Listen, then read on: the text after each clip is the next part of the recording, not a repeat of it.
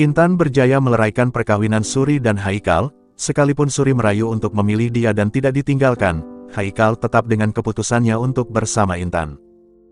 Suri mulakan hidup baru, dia berpindah tempat bertugas keluar bandar bersama Lukman. Suri merahasiakan kehamilannya dari pengetahuan Haikal. Hubungan Intan dan Haikal mulai renggang. Haja Halilah mengawal pergerakan Intan. Dia juga datang ke rumah Intan di bandar, tidak mau Intan terus hanyut dalam dunia maksiat, terikat dengan dosa zina. Disebabkan sudah tidak tahan tinggal berasingan, Haikal melamar Intan menjadi istrinya. Mereka mau melangsungkan perkawinan selepas selesai tempo idah.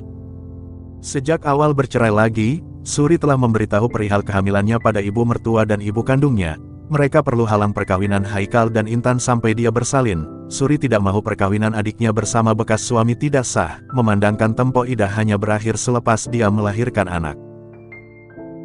Di kampung tempat Suri mengajar, dia berkenalan dengan seorang lelaki, seorang pemilik bengkel, anak seorang ustaz dan anak guru di tempat Suri mengajar. Lelaki itu ialah Falah. Dunia sangat kecil.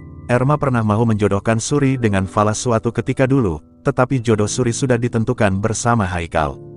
Falah tidak berpeluang berkenalan dengan Suri, dia bertunang dengan seorang gadis kampung yaitu Yasmin. Pertunangan mereka terputus disebabkan sikap Yasmin yang selalu meluangkan masa bersama mat motor. Falah memutuskan ikatan pertunangan ketika Yasmin terlibat dalam kemalangan bersama seorang mat motor. Haikal dapat tahu Suri mengandung anaknya. Dia membawa bersama ibunya datang ke kampung, merayu agar Suri memberi peluang kedua. Haikal mahu menjaga dan membesarkan anaknya. Suri sempat menyindir, Haikal tidak mampu menjaga Lukman, dan sangat mustahil Haikal mampu menunaikan tanggung jawab sebagai seorang ayah. Intan yang dapat tahu Suri hamil mula menghasut Haikal, kononnya anak dalam kandungan Suri bukanlah benih dari Haikal.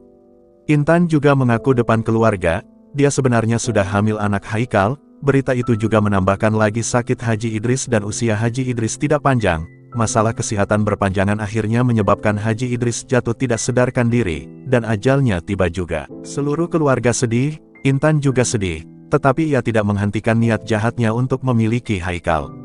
Intan mulai sadar Haikal menjarakkan diri, mesej tidak dibalas, panggilan tidak dijawab, dan selalu menghilang. Awalnya, Haikal sukar menentukan keputusan, tidak boleh memilih antara Suri dan Intan. Mula-mula dia memilih Intan, tetapi dalam beberapa jam keputusannya berubah. Haikal mahukan Suri. Kemuncaknya, Haikal dapat tahu yang Intan sebenarnya tidak hamil. Haikal sudah hilang kewarasan. Dia mahu Suri balik ke pangkuannya. Dia tidak mahu anak dalam kandungan Suri tidak merasai kasih sayang seorang ayah, dan membesar dalam keluarga yang tidak lengkap.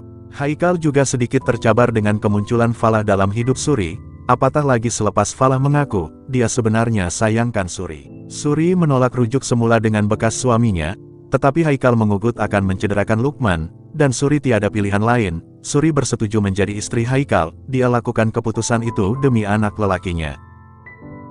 Falah ikhlas menerima keputusan Suri, untuk rujuk semula bersama Haikal. Pernah juga Haikal berkongsi perasaan dengan Falah mengenai tingkah laku Suri yang banyak berubah. Falah menasihati Haikal banyakkan bersabar. Falah juga suruh Haikal buat apa sahaja untuk mendapatkan kepercayaan Suri. Intan tidak pernah berputus asa, dia sanggup tebalkan muka datang bersemuka dengan Suri. Intan mahu Suri berundur dan serahkan Haikal. Pernah Suri hilang sabar, dia memukul Intan dengan batang penyapu. Ketika itu Intan memanjat pagar, mahu mencari Haikal. Pernah juga Suri menguji Haikal, dia menyambut baik kedatangan Intan di muka pintu, siap menawarkan tidur bertiga dalam satu bilik. Haikal menyuruh Intan keluar dari rumah, tetapi cara Haikal nampak macam tidak bersungguh-sungguh. Selepas kemalangan, Suri menangis dan memohon keampunan dari suaminya di hospital, tetapi kemunculan Intan di hospital membuat hati Suri sakit. Suri geram karena Haikal tidak serius mengusir Intan dari hidup mereka. Suri masih layan Haikal dingin, masih tersisa kesakitan di hati mengingat kecurangan Haikal di belakangnya. Suri tidak pernah rela menjadi istri Haikal buat kali kedua. Dia sengaja memberi layanan agak teruk pada suaminya. Haikal tahu diri, dia sadar kesilapan yang pernah dilakukan bersama adik ipar sendiri sangat sukar untuk dimaafkan. Haikal tetap bertahan dan tabah mengharungi kehidupan baru bersama Suri. Dia berusaha mengambil hati Suri. Haikal berjuang untuk selamatkan rumah tangganya bersama Suri. Dia tidak lagi berhubung dengan Intan demi kebaikan semua. Intan sangat sakit hati, dia tidak mampu menerima takdir, pantang baginya untuk kalah dengan orang lain. Intan sanggup buat apa saja untuk memastikan Haikal balik ke pangkuannya, dan Intan berjumpa dengan seorang dukun yang dipercayai mampu menunaikan keinginannya. Intan diberikan bungkusan kecil berwarna kuning, dan Intan meletakkan bungkusan itu ke dalam bilik tidur Suri. Lama-kelamaan, Suri mulai mengalami pelbagai kejadian pelik. Perasaan bencinya pada Haikal semakin membuak-buak. Bukan itu saja, tidur malamnya juga sering diganggu. Suri juga pernah muntah cairan merah berserta paku. Kemuncaknya, Suri kehilangan anak yang dikandungnya. Suri sangat sedih dan emosinya tidak menentu. Lebih menyedihkan, Haikal mulai membuat tuduhan yang tidak masuk akal. Haikal menuduh Suri sengaja menggugurkan anak mereka. Kononnya Suri tidak mau anak mereka dibinkan namanya. Suri menafikan sekeras-kerasnya tuduhan Haikal. Suri bukan wanita yang tidak berhati perut. Tidak mungkin dia sanggup membahayakan janin yang sudah lama dinantikan. Selepas keguguran, Suri hidup dalam kesedihan.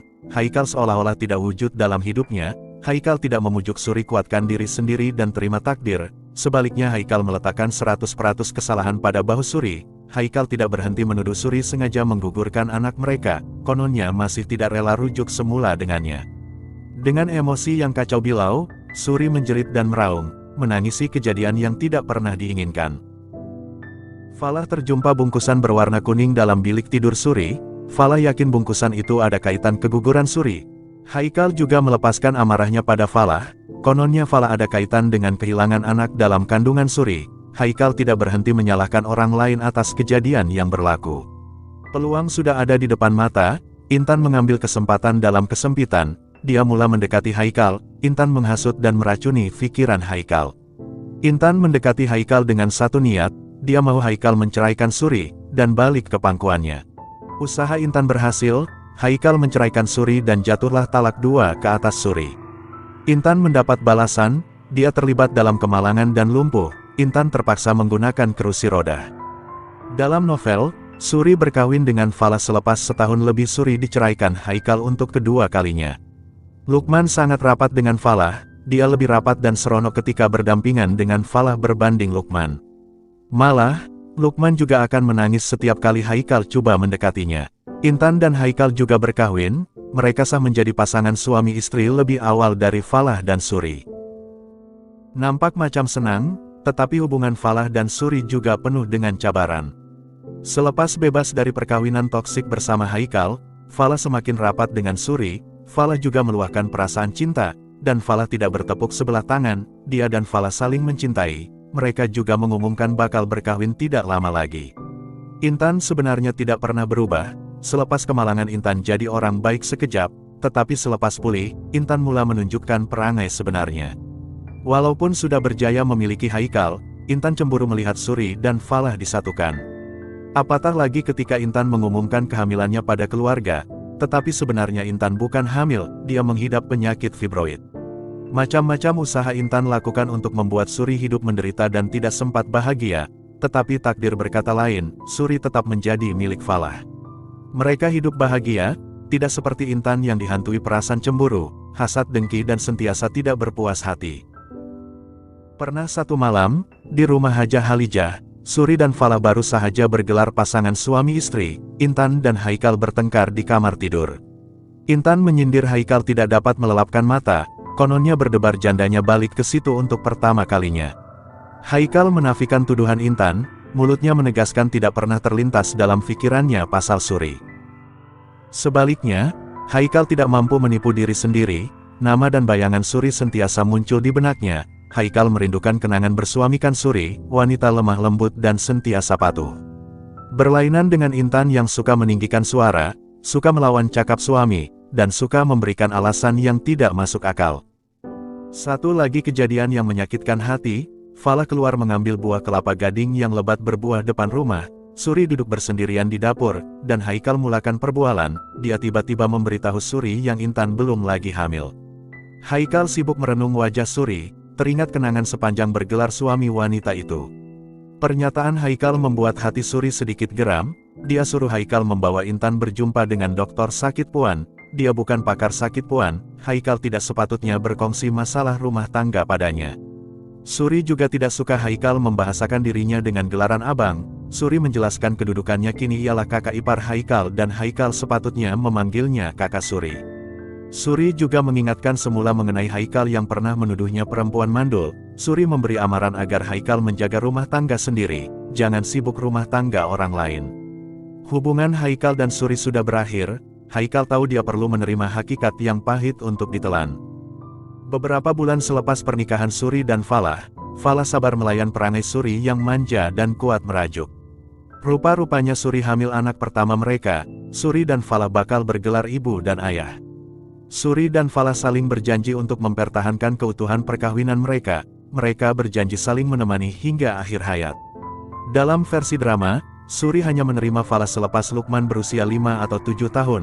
Ada video gambar persandingan mereka yang didedahkan awal oleh pihak produksi. Video ini ialah alur cerita terakhir untuk drama Andai Tiada Dia. Kami akan kongsikan perkembangan semasa drama di bahagian komuniti.